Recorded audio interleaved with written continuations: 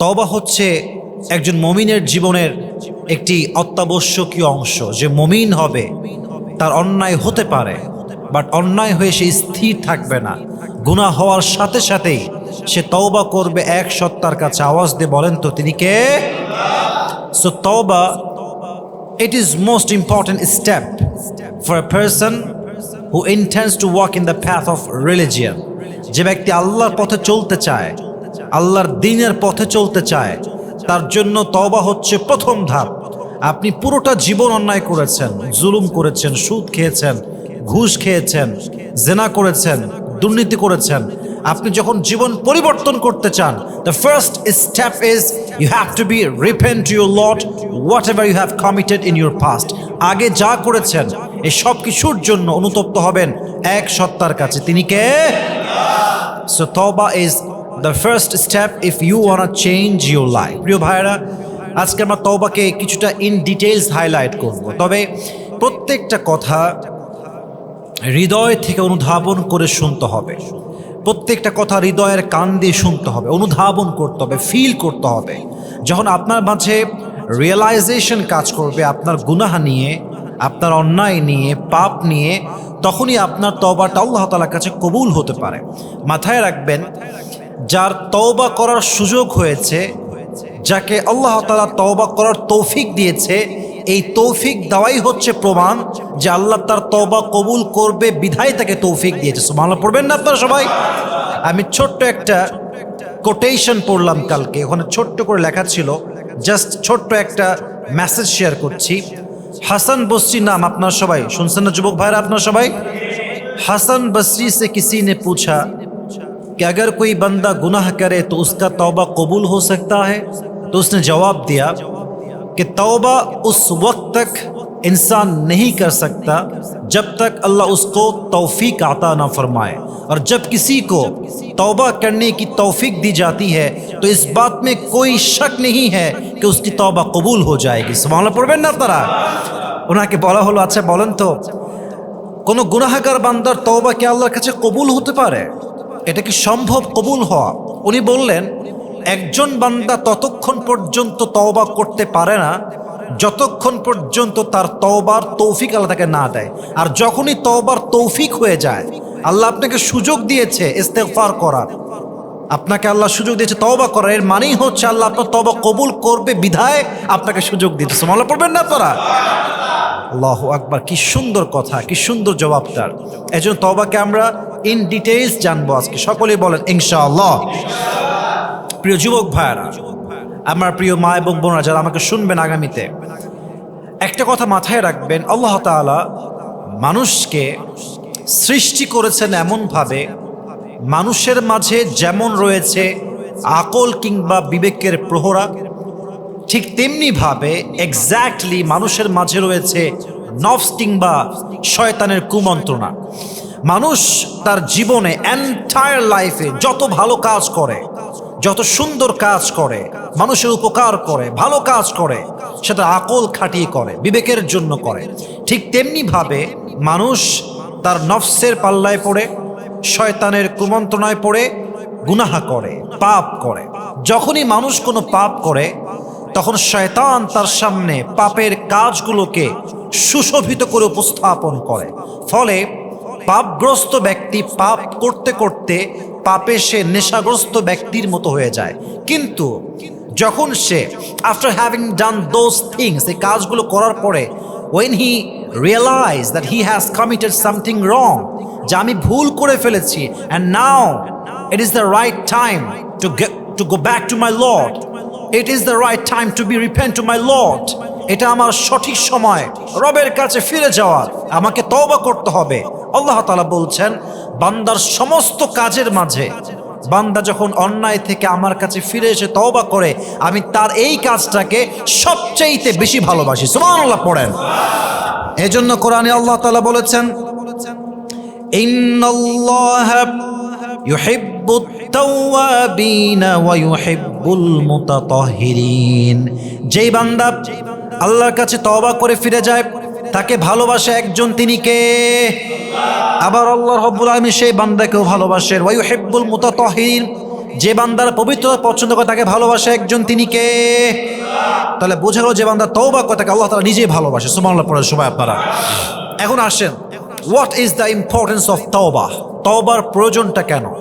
তওবার গুরুত্ব কত বেশি? যুবক ভাইরা চোখে চোখ রাখেন, কথাগুলোকে ভালো করে বুঝে শুনে ফিল করা ট্রাই করেন। আমাদের ভেতরে একটা নফস আছে, প্রবৃত্তি। এই নফস কিংবা প্রবৃত্তির অনুসরণ করে মানুষ অন্যায়ের কাজ করে। বুঝবেন কথাগুলো। অন্যায়ের কাজ যখন মানুষ করতে থাকে তখন সে এমন একজন ব্যক্তি হয় যেমন নেশাগ্রস্ত ব্যক্তি। দেখবেন যারা গাঁজায় আসক্ত, মদে আসক্ত, বিড়িতে আসক্ত, নেশা করতে করতে মানুষ এমন একটা লেভেলে আসে, এমন একটা স্টেজে আসে যখন সে গাঁজা না সেবন করলে আর ঘুমাইতে পারে না, যখন সে নেশাকে গ্রহণ না করলে আর ঘুমাইতে পারে না। ঠিক তেমনি ভাবে যখন বান্দা গুনাহ করতে থাকে করতেই থাকে তখন সেই ব্যক্তি নেশাগ্রস্ত হয়ে যায়, পাপাসক্ত হয়ে যায়। আর পাপ কাজ করতে করতে হৃদয়ে স্পট এত বেশি পড়ে, পুরো হৃদয়টা কালো দাগ দিয়ে ভরে যায়। ফলে অন্যায়কে আর অন্যায় মনে হয় না, সুদকে সুদ মনে হয় না, ঘুষকে ঘুষ মনে হয় না, হারামকে হারাম মনে হয় না, জেনাকে জেনা মনে হয় না। সব কাজ মানুষ তখন দেদারসে করতে থাকে। অতএব এই মুহূর্তে বান্দা যদি তওবা না করে তাহলে সে কনফার্ম জাহান্নামী হয়ে যাবে। ঠিক কিনা বলেন? এই জন্য তওবা অত্যন্ত জরুরি। অতএব ভুল হতে পারে, অন্যায় হতে পারে, গুনাহ হতে পারে, বাট আমরা স্থির না থেকে তওবা করব এক সত্তার কাছে। আওয়াজ দিয়ে বলেন তো তিনি কে? তওবা কবুলের শর্ত কি যুবক ভাইয়ের জানতে হবে আপনাদের সবাইকে। যে কোনো মেয়ে অনেক অন্যায় করেছে, রিলেশনশিপ ছিল আগে, ফিরে আসছে, হারামে ছিল, ফিরে আসছে, বেপর্দা ছিল, পর্দাশীল হয়েছে। একজন যুবক যে আগে অ্যাডিক্টেড ছিল, ফিরে আসছে। একজন যুবক আগে যে দাড়ি শেভ করতো, he came back to his lord, ফিরে আসছে। একজন যুবক যে আগে পর্নোগ্রাফি দেখতো, ফিরে আসছে। তার তওবা সে করবে কেমন করে জানার দরকার যুবক ভাইরা, আছে না নাই? নাম্বার 1 কন্ডিশন, যে তওবা আপনি করতে চান, প্রথম আপনার শর্ত হচ্ছে you have to be repent whatever you have committed in your past. যা করেছেন আগের জীবনে, প্রথমে আপনার কাছে এটা মাথায় রাখতে হবে যে আমি রবের কাছে অনুতপ্ত হচ্ছি, আল্লাহর কাছে আমি তওবা করছি। রাজি আছেন তো ইনশাআল্লাহ? Number 2, you have to hate that sin from your heart. যে অন্যায় আপনি করে এসেছেন এটাকে মনে প্রাণে ঘৃণা করবেন। Number 3, you have to promise to your Lord that you will never ever repeat this sin again in your entire life. আপনি আপনার জীবনে যে গুনাহটা অতীতে করে আসছেন, আগামীতে আর কখনো এই গুনাহটা করবেন না। রাজি আছেন তো ইনশাআল্লাহ?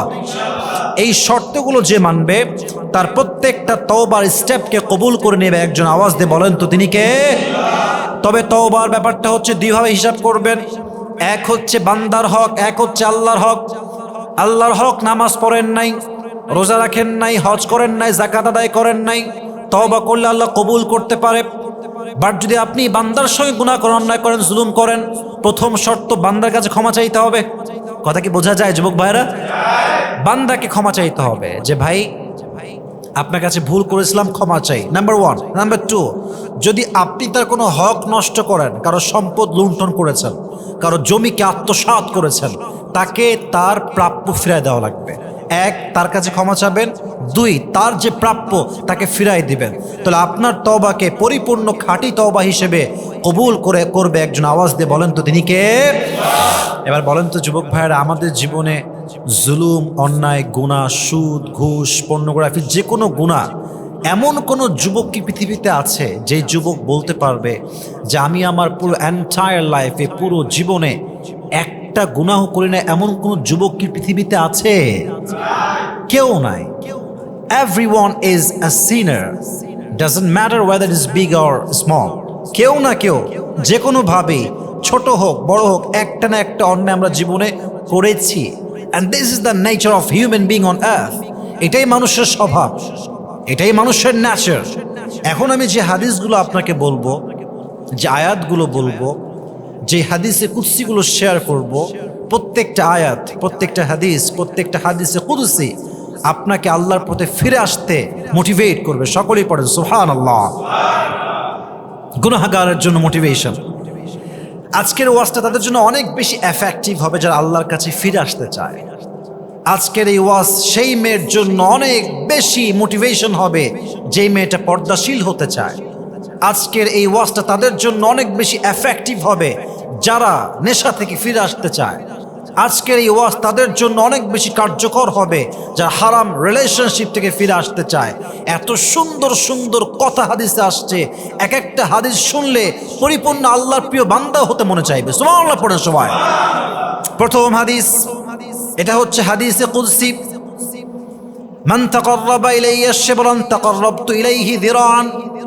আল্লাহর ভালোবাসা বোঝার ট্রাই করেন।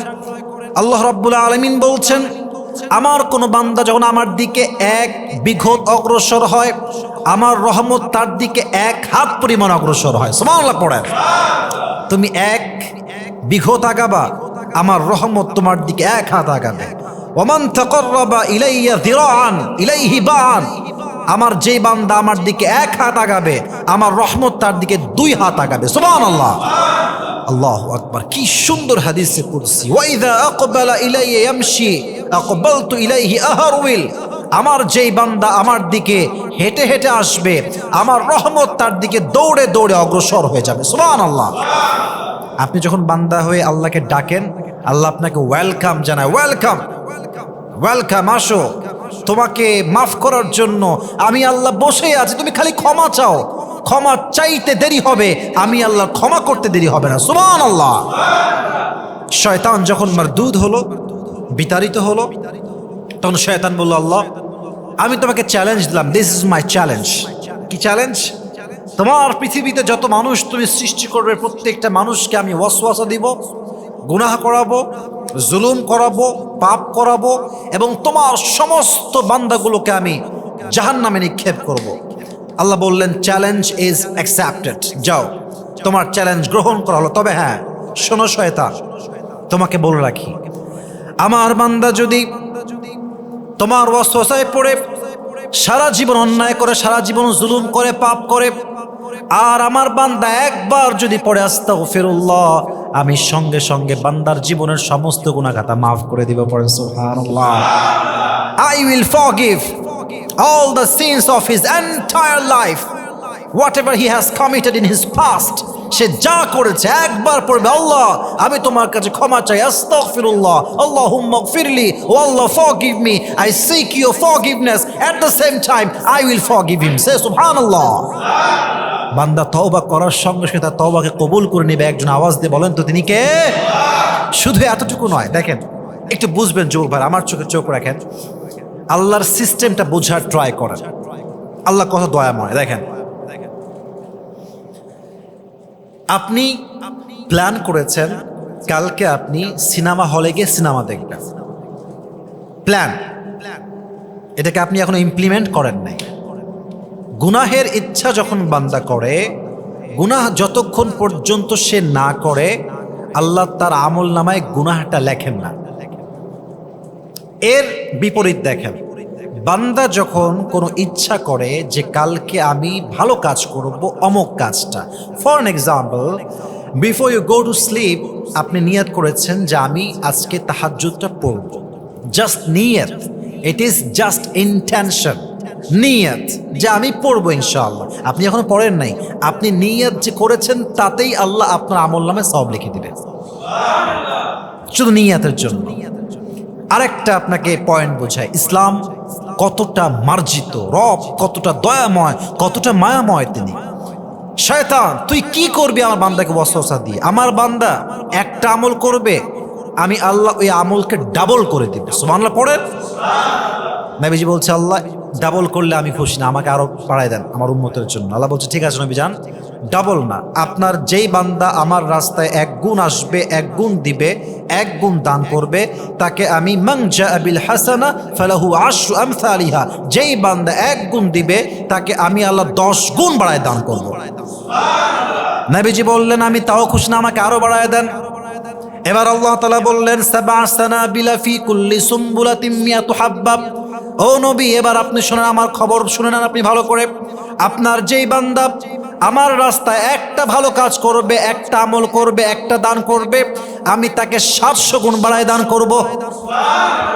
শয়তান তুই কি করবি? ওয়াসওয়াসাতে আমার বান্দাকে জাহান্নামে দিবি, হবে না। আমি তাকে প্রোটেক্ট করব, অবশ্যই প্রোটেক্ট করব তাকে, আমার বান্দাকে আমি। ইন্নামা ইউওয়াফাস সাবিরুনা আজরাহুম বিগাইরি হিসাব। আর আমার যে বান্দা ধৈর্যশীল হয়ে মারা যাবে তাকে আমি বিনা হিসাবে জান্নাতে প্রবেশ করাবো। সুবহানাল্লাহ। এবার আসেন দুনিয়ার সিস্টেম আপনাকে বোঝাই। আমরা যেখানে আছি এখান থেকে আমাদের জেলখানা, বিভাগীয় জেলখানা খুবই কাছে, খুবই কাছে, 5 মিনিট হয়তো বা লাগবে। দেখবেন জেলখানায় যখন কোনো আসামি প্রবেশ করে, একবার গেছে বের হয়েছে, একবার গেছে বের হয়েছে, আর একবার গেছে আবার বের হয়েছে। এভাবে যখন কোনো আসামি জেলখানায় যায় বের হয়, যায় বের হয়, তখন তার নামটা আসামির খাতায় লেখা হয় দাগি চোর, দাগি ডাকাতি, দাগি গুন্ডা, দাগি মাস্তান। তার নামটা ব্লক লিস্টে পড়ে যায়। কথা কি বোঝা যায় যুবক ভাইয়েরা? মোস্ট ওয়ান্টেড ক্রিমিনাল, সব জায়গায় তার নাম ব্লক লিস্টে। সে যেই কান্ট্রিতে যাবে he will be arrested in that country, তাকে সঙ্গে সঙ্গে অ্যারেস্ট করা হবে, ব্লক। তাহলে বোঝা গেল দুনিয়ার সিস্টেম বারবার অন্যায় করলে লাল কালি পড়ে যায়, ব্লক লিস্টে নাম চলে আসে, ঠিক কিনা বলেন যুবক ভাইরা? এবার আল্লাহর সিস্টেম দেখেন। বান্দা যখন কোনো গুনাহ করে তার নামটা গুনাহের খাতায় লেখা হয়, অমুক বান্দা অমুক গুনাহ করেছে। আবার বান্দা যখন তওবা করে রবের কাছে ফিরে যায়, আল্লাহ শুধুমাত্র বান্দার গুনাহকে মাফ করেন তা কিন্তু নয়, বরং গুনাহের খাতা থেকে বান্দার নামটা আল্লাহ সঙ্গে সঙ্গেই মুছে দেয়। সুবহানাল্লাহ। শুধু মাফ করেন না, বরং তার গুনাহের খাতা থেকে নামটাই কেটে যায়। সে এমন হয়ে যায় আত্তাইবু মিনায যামবি কামান লা যামবা লা, সে সেই বান্দা হয়ে যায় যে বান্দা জীবনে কোনো গুনাহ করে, মাসুম নিষ্পাপ বান্দা হয়ে যায়। সুবহানাল্লাহ। কি দয়া, কি মায়া তার আমাদের রবের আমাদের জন্য। আল্লাহু আকবার। এবার আসেন আর একটা হাদিস শোনাই। এখন তো আমরা চালাই বাইক, আমরা চালাই কার, আমরা চড়ি বাসে, ট্রাকে। নবীজির জামানায় কিন্তু বাস, ট্রাক, বাইক কিছুই ছিল না, তখন ছিল উট। যুবক ভাইরা, তখন ছিল কি? উট। তো হাদিসে আসছে বান্দা যখন তওবা করে আল্লাহর কাছে ফিরে আসে, এক বান্দার উট যদি মরুভূমির মাঝে হারিয়ে যায়, উট ছাড়া মরুভূমির জীবনে যে কত কষ্ট, কত স্ট্রাগল, এটা সেই বান্দাই বুঝবে। যে বান্দার উট হারিয়ে যায় এবং লম্বা সময় পরে সে বান্দা উটটাকে আবার ফিরে পায়, ওই বান্দা যতটুকু খুশি হয়। যখন কোনো বান্দা তওবা করে রবের কাছে ফিরে আসে, ওই উটওয়ালা বান্দার চাইতে আল্লাহ তাআলা আরো বেশি খুশি হয়। সুবহানাল্লাহ পড়া। তাহলে বোঝা গেল তওবা করার দরকার প্রত্যেকটা মুহূর্তে। আমার প্রিয় যুবক ভাইরা বলেন তো সবাই, আছে না নাই? জরুরি এটা। এটা হাদিস মনে পড়ে গেল, হাদিসে আসছে আল্লাহর কাছে 2 ফোঁটা পানি সবচেয়ে বেশি প্রিয়। বলেন তো সবাই যুবক ভাইরা, হাত তুলে কয়টা? আসতে বলছেন সবাই, হাত তুলে বলেন কয়টা? 2টা। এক, জিহাদের ময়দানে বান্দার গায়ের রক্তের ফোঁটা। 2 ফোঁটা পানি বললে ভুল হবে, 2 ফোঁটা প্রিয়। এক হচ্ছে জিহাদের ময়দানে রক্তের ফোঁটা, মুজাহিদের গা থেকে যা ঝরে।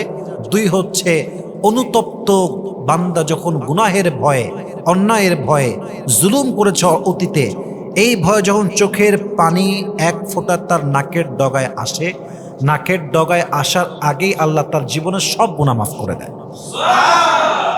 আরেক হাদিসে আসছে নবী করিম সাল্লাল্লাহু আলাইহি ওয়াসাল্লাম বলেছেন, দেখো আল্লাহ কতটা রহমান। কোরআনে যেখানেই আল্লাহ জব্বার নাম এনেছেন, অর্থাৎ তার ক্ষোভ, রাগ, গজব, আযাব এনেছেন, সঙ্গে সঙ্গে তার দয়া এনেছেন। যেখানেই গজব সেখানেই রহম, যেখানেই গজব সেখানেই রহম। কেন? আমার বান্দা যেন হতাশ না হয়ে যায়। আমি যেমন পরাক্রমশালী, শক্তিশালী, আমি তেমন ক্ষমাশীল রবও বটে। সুবহানাল্লাহ পড়বেন না তারা? আল্লাহু আকবার। কি সুন্দর হাদিসগুলো, শুনলেই তো রবের কাছে ফিরে আসতে মনে চায়। আর একটা হাদিস শোনাই। আল্লাহর হাবিব বলেছেন, আল্লাহ তাআলা যখন কোনো কওমকে আযাব দেওয়ার ইচ্ছা করেন, সিদ্ধান্ত করেন না আযাব দিবেন, কল্পনা করেছেন, সিদ্ধান্ত হয় নাই ফাইনাল। আযাব দেওয়ার পূর্বে আল্লাহ আবার সে কওমের দিকে তাকায় যে আমার কোনো বান্দা ঠিকঠাক আছে কিনা। যদি আল্লাহ দেখেন একজন বান্দা, একজন বান্দি যে কোনো একজন তওবা করছে, ইস্তেগফার করছে, আবার কোনো বান্দা সেজদায় আছে, কোনো একজন বান্দা জিকির করছে আল্লাহর জন্য, একজন বান্দার জন্য আল্লাহ রাব্বুল আলামিন সঙ্গে সঙ্গে গজবের সিদ্ধান্তকে পাল্টে নেন। কোন সুবহানাল্লাহ। একজন বান্দা জিকির করার সঙ্গে সঙ্গে আল্লাহ তাআলা গজবের সিদ্ধান্ত পাল্টে ফেলেন। তাহলে আল্লাহর রহমত যুবক ভাইয়েরা কম না বেশি? কত বেশি? এবার বলছেন আল্লাহ তাআলা তার পুরো রহমতকে, এদিকে তাকান, 100 ভাগ করেছেন। বলেন সবাই, কয় ভাগ? আরো জোরে, কয় ভাগ? 100 ভাগ। এই 100 ভাগের মাঝে এক ভাগ দিয়েছে হাইওয়ানকে, প্রাণীদেরকে।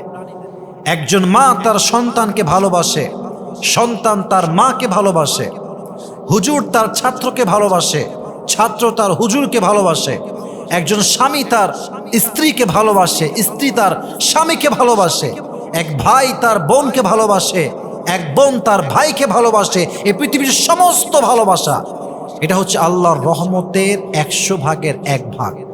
এই 1 ভাগ ভালোবাসার জন্য মানুষ যদি মানুষের জন্য জীবন দেয়, সুইসাইড করে, গলায় ফাঁস দেয়, গুলি খায়, বিষ খায়, 1 রহমত, 1 ভাগের ভালোবাসার জোর যদি এত বেশি হয়, তো সেই জমিনের মালিক, আসমানের মালিক, আরশের মালিক, পুরো পৃথিবীর সমস্ত সৃষ্টিজীব যার হাতে গড়া, সে রবের কাছে আছে 99 ভাগ ভালোবাসা।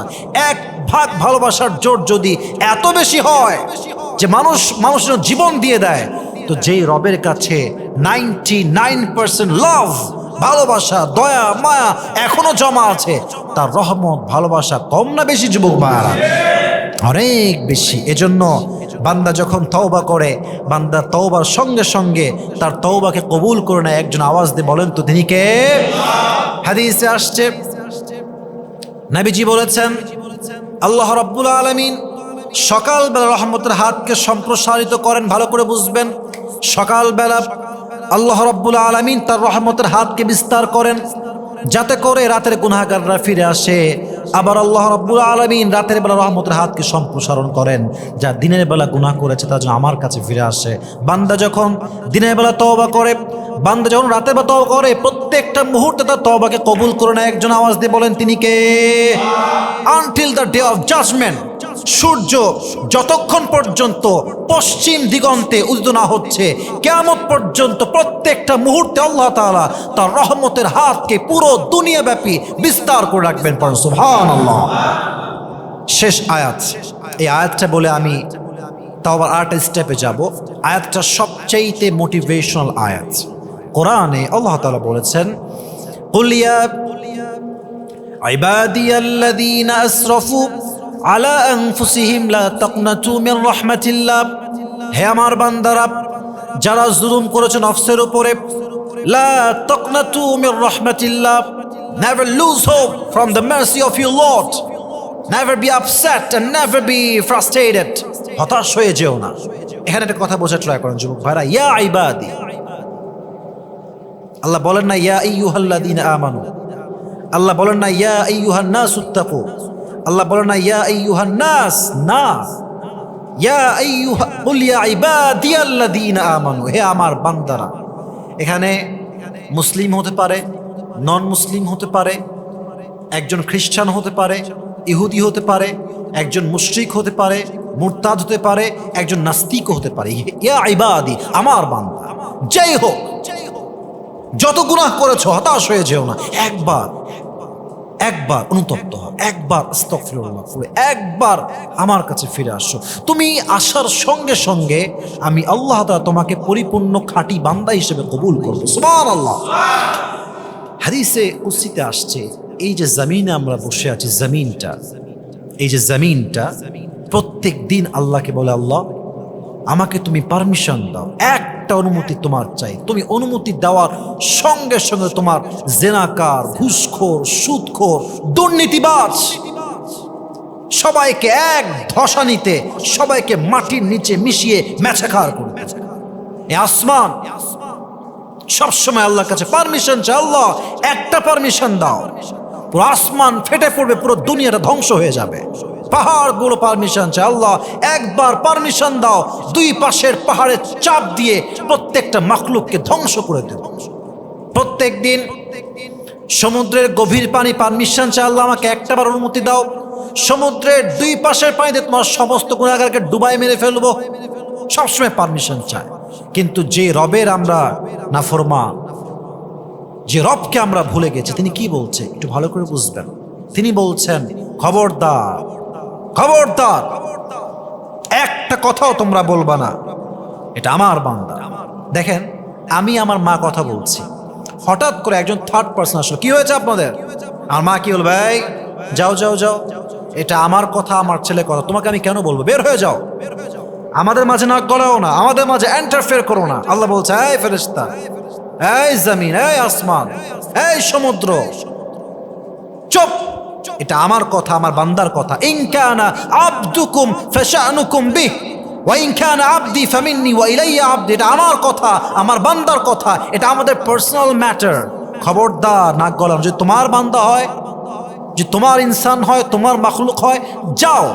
ইন কানা আবদুকুম ফাশানুকুম বিহ, फिर तुम जो चाहे कर लो। वइन काना अब्दी फमिन्नी व इलैया अब्दी, अगर ये मेरा बंदा है तो मुझे ये समझने दो, আমাকে যা করা করতে দাও, নাক গলাতে এসো না। এবার ফেরেশতা বলছে, আল্লাহ তুমি কি দেখো না তোমার বান্দাগুলো মদ খায়, পর্নোগ্রাফি দেখে, হারাম কাজ করে, জেনা করে, সুদ খায়, ঘুষ খায়, দেশের টাকা, দশের টাকা বিদেশের মাটিতে পাচার করে দেয়, তুমি কি দেখো না? আল্লাহ তুমি কি সব দেখতে পাও না? আল্লাহ বলে, সব দেখতে পাই, সব দেখার পরেও ইজ্জতি ওয়া জালালি, আমার ইজ্জতের কসম, আমার জালালিয়াতের কসম, আমি অপেক্ষায় থাকি এই বুঝি আমার বান্দা আমার দিকে ফিরে আসবে। সুবহানাল্লাহ পড়বেন না আপনারা? ওয়া ইজ্জতি ওয়া জালালি ইন আতানি নাহারান ক্বাবিলতু ওয়া ইন আতানি লাইলান ক্বাবিলতু, আমার ইজ্জতের কসম, আমার জালালিয়াতের কসম, আমার বান্দা যদি দিনের বেলা তওবা করে আমি তার তওবা কবুল করব, আমার বান্দা যদি আমার কাছে রাতের বেলা তওবা করে আমি আল্লাহ রাব্বুল আলামিন তার রাতের তওবাও কবুল করে নেব। কম সুবহানাল্লাহ। তওবা করার সঙ্গে সঙ্গে আমি তার তওবা কবুল করে নেব। যুবক ভাইয়েরা, যা হয়ে গেছে হয়ে গেছে আমাদের জীবনে, আজ থেকে আমরা নিয়ত করলাম সমস্ত অন্যায় থেকে আমরা তোমার কাছে মাফ চাই, এবং আমরা ওয়াদা করছি আল্লাহর কাছে যে আমরা আমাদের জীবনের পাপগুলো আর জীবনেও করবো না। সকলেই মন খুলে বলেন ইনশাআল্লাহ। এবার কিছু আমি আপনাদেরকে স্টোরি বলতে চাই, যে ঘটনাগুলো আপনাদেরকে তওবা করতে মোটিভেট করবে, তওবার জন্য উদ্বুদ্ধ করবে। সকলে একটা কাশি দেন, তাকবীর দেন, লিল্লাহি তাকবীর, আর একবার তাকবীর দেন, লিল্লাহি তাকবীর। দেখেন, বান্দা তার তওবা করার সঙ্গে সঙ্গে আল্লাহ তার তওবা কবুল করে কেমনে, কিছু মোটিভেশনাল স্টোরি বলছি। প্রথম স্টোরি, মনোযোগ দিয়ে শুনবেন। ঘটনা, ওমরে ফারুকের জামানায় একজন যুবক যে গান গেত, কিন্তু গান গেতে গেতে একটা সময় সে বৃদ্ধ হয়ে যায়। গান গাওয়া ইসলামে বাজনা সহ এটাকে হালাল না হারাম? যুবক ভাইরা বলেন সবাই, হালাল না হারাম? যখন সে বৃদ্ধ হয়ে যায় তখন তার কণ্ঠ আস্তে আস্তে ড্যামেজ হয়ে যায়, আগের মতো কণ্ঠ আর নাই। আগে গান গাইতো, মানুষ টাকা দিত, সব ঠিকঠাক ছিল। বাট যখন বৃদ্ধ হয়ে যায়, এখন কেউ দাওয়াতও আর দেয় না, গানও গাইতে পারে না, আর তার রুটি রুজি সব বন্ধ হয়ে গেছে। সর্বশেষ সে গুনাহগার বান্দা হতাশ হয়ে, নিরাশ হয়ে, কষ্ট পেয়ে, বাধ্য হয়ে, মজবুর হয়ে, অপারগ হয়ে মসজিদ নববীতে আসছে। এসে আল্লাহকে বলছে, আল্লাহ একটা সময় টাকা ছিল, সম্পত্তি ছিল, সুর ছিল, ভয়েস ছিল, অনেক টাকা কামাইছে, মানুষ অনেক টাকা দিয়েছে, আজ আমার সুর নাই, গান নাই, কেউ আমাকে এক পয়সা কিছু দিতে চায় না, আমার রুটি নাই, রুজি নাই, তুমি আমার উপরে একটু রহম করায় আমার রব। সঙ্গে সঙ্গে আল্লাহ তাআলা ওই জামানার খলিফা, শ্রেষ্ঠ খলিফা, ইসলামের বীর মুজাহিদ খলিফা ওমরে ফারুককে স্বপ্নে দেখালেন, হে ওমর, জলদি করে যাও, মসজিদ নববীর সামনে আমার একজন বান্দা বসে আছে, তার কিছু দরকার, তাকে তুমি পূরণ করে দাও। ওমরে ফারুক সঙ্গে সঙ্গে ঘুম থেকে উঠে দৌড় দিয়েছে মসজিদে নববীর দিকে। যখন ওমরের আওয়াজ সে শুনতে পেয়েছে যে Omar is coming from my back side, সে আওয়াজ শোনার সঙ্গে সঙ্গে উঠে দৌড় দিয়েছে। ওমরও দৌড় দিয়েছে, এই এই থামো থামো, স্টপ স্টপ, কই যাও তুমি ভাই, স্টপ, থামো। বলছে, ওমর আপনি কি আমাকে হত্যা করতে এসেছেন? আমি তো একজন গায়ক, আমি তো হারাম কাজ করে কামাই করেছি। বলছে না না না, তো আপনাকে কে পাঠিয়েছে? আপনি কইতে খবর পেয়েছেন যে আমি এখানে বসে আছি? অমর বলছে তুমি এতক্ষণ পর্যন্ত যাকে ডাকছিলা তিনি আমাকে তোমার কাছে পাঠিয়ে দিয়েছে। সুবহানাল্লাহ পড়বেন না? তিনি আমাকে পাঠিয়েছেন, বলো তোমার কি অবস্থা, কি চাই তোমার? হায় হায় হায়। সঙ্গে সঙ্গে সেই গায়ক জমিন লুটিয়ে পড়েছে আর দুহাত তুলে আল্লাহকে বলছে, আল্লাহ সারা জীবন তোমার নাফরমানি করলাম, সারা জীবন তোমার বেঈমানি করলাম, সারা জীবন তোমার প্লেটে খেয়ে তোমার প্লেটটা ফুটা করলাম, তোমার লবণ খেয়ে তোমার গুণগান গাই নাই, আর জীবনে একবার তোমাকে ডাকলাম, তাও অন্য কোনো কারণ নয়, তোমাকে ভালোবাসি তা নয়, নিজের পেটের স্বার্থে তোমাকে ডেকেছি, নিজের স্বার্থে তোমাকে স্মরণ করেছি, তুমি আমাকে তাও ফিরাই দাও নাই। আয় আল্লাহ, যদি আমার তওবা কবুল হয়ে যায় তুমি আমাকে নিয়ে যাও, আমি আর থাকতেই চাই না। সেই বান্দা সেই জায়গায় কালেমা পড়তে পড়তে শহীদ মৃত্যুবরণ করে। সুবহানাল্লাহ পড়বেন না আপনারা? কালেমা মৃত্যুবরণ করা কিন্তু বড় একটা হার। কালেমা পড়ে মৃত্যুবরণ করা সবার হয় না। যাকে আল্লাহ কবুল করে তাকে আল্লাহ সেই সৌভাগ্য দান করে। ঠিক কিনা বলো যুবক ভাইরা? তাহলে সেই বান্দা যে আজীবন গান গেয়েছে তার তওবা যদি কবুল হয়, আপনার আমার তওবা কবুল হতে পারে কি পারে না? পারে। আর একটা হাদিস শোনাই।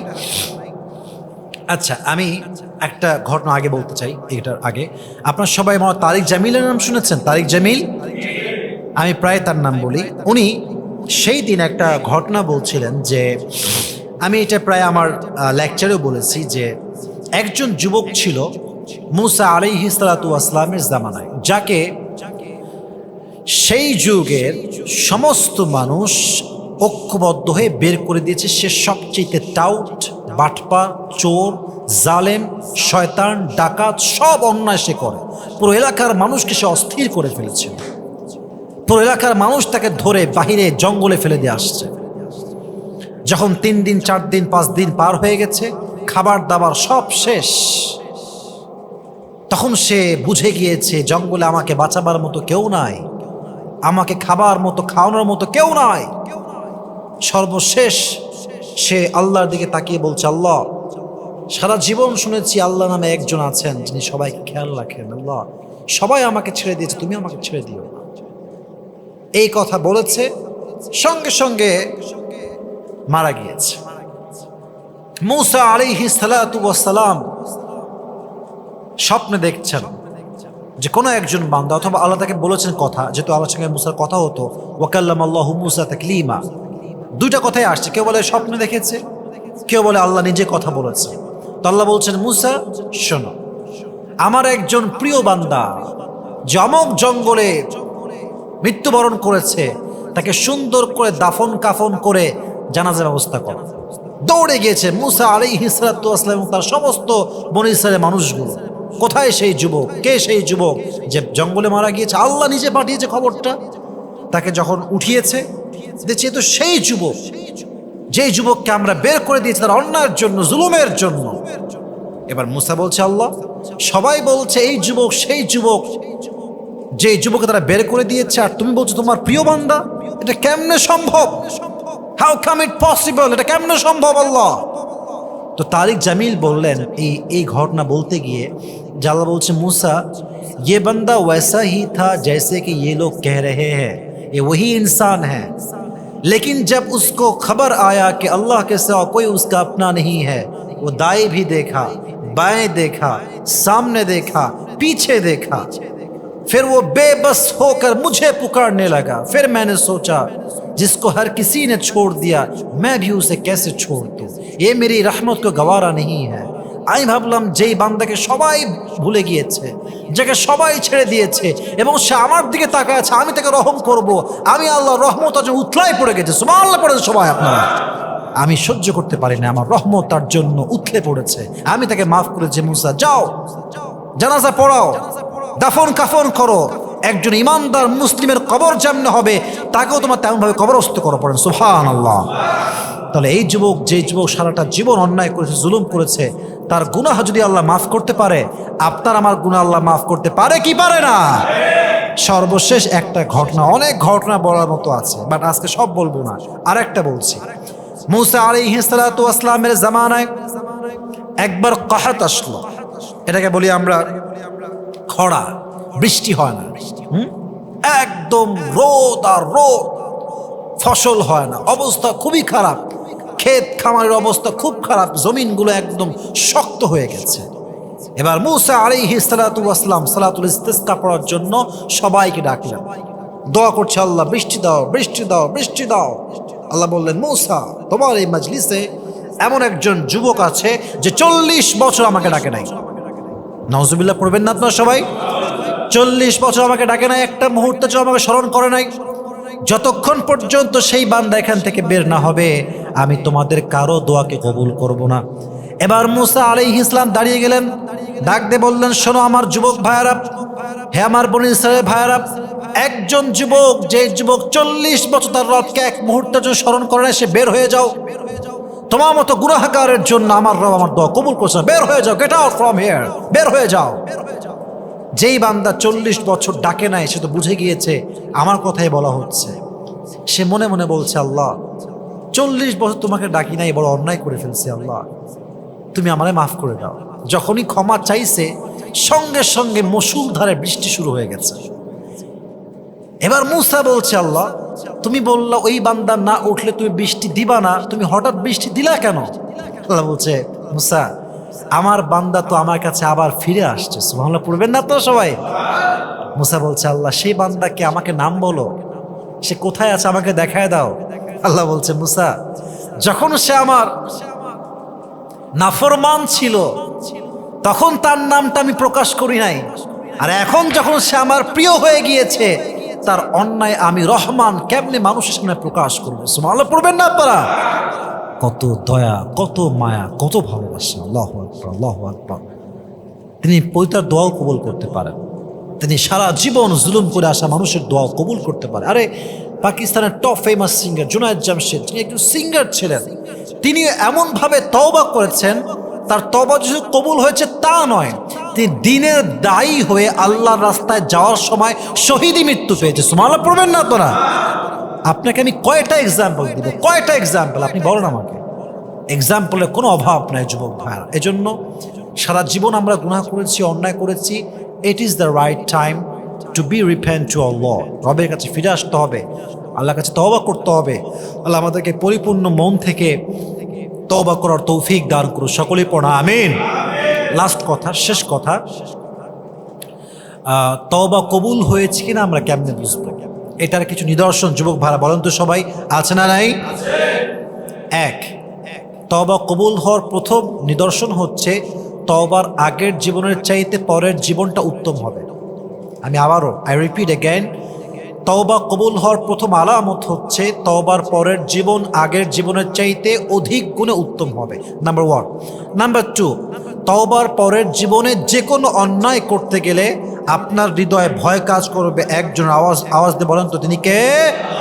3 নাম্বার, তওবার পরে যে কোনো গুনাহের কাজ করতে গেলে হৃদয়ে একটা কম্পন তৈরি হবে, ভয় ভয় লাগবে, একটা কম্পন লাগবে, এবং খারাপ কাজ করতে আপনার বেশি একটা ভালো লাগবে না। 3 নাম্বার। 4 নাম্বার, এটার সঙ্গে অ্যাটাচড, কানেক্টেড, যে কোনো ভালো কাজ করতে আপনার হৃদয়ে প্রশান্তি অনুভব করবেন। ইযা সাররাতকা হাসানাতুকা ওয়া সাআতকা সাইয়্যাতুকা ফাআনতা মুমিন। যখন বান্দার কোনো ভালো কাজ তার হৃদয়কে প্রফুল্ল করে এবং খারাপ কাজ তার অন্তরকে অশান্তি করে দেয়, তাকে বুঝতে হবে তার হৃদয় ঈমানের নূর দিয়েছে একজন, তিনি কে?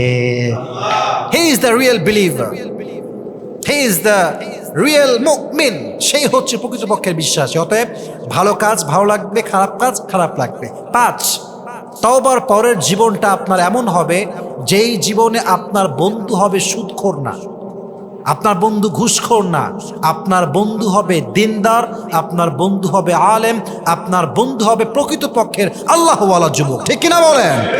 তাহলে বোঝা গেল তওবা কবুল হয়েছে কিনা আলামত হচ্ছে তওবার পরের জীবন আগের জীবনের চাইতে সুন্দর হবে, তওবার আগের জীবনের চাইতে পরের জীবনে আল্লাহর ভয় তাকওয়া বেশি থাকবে।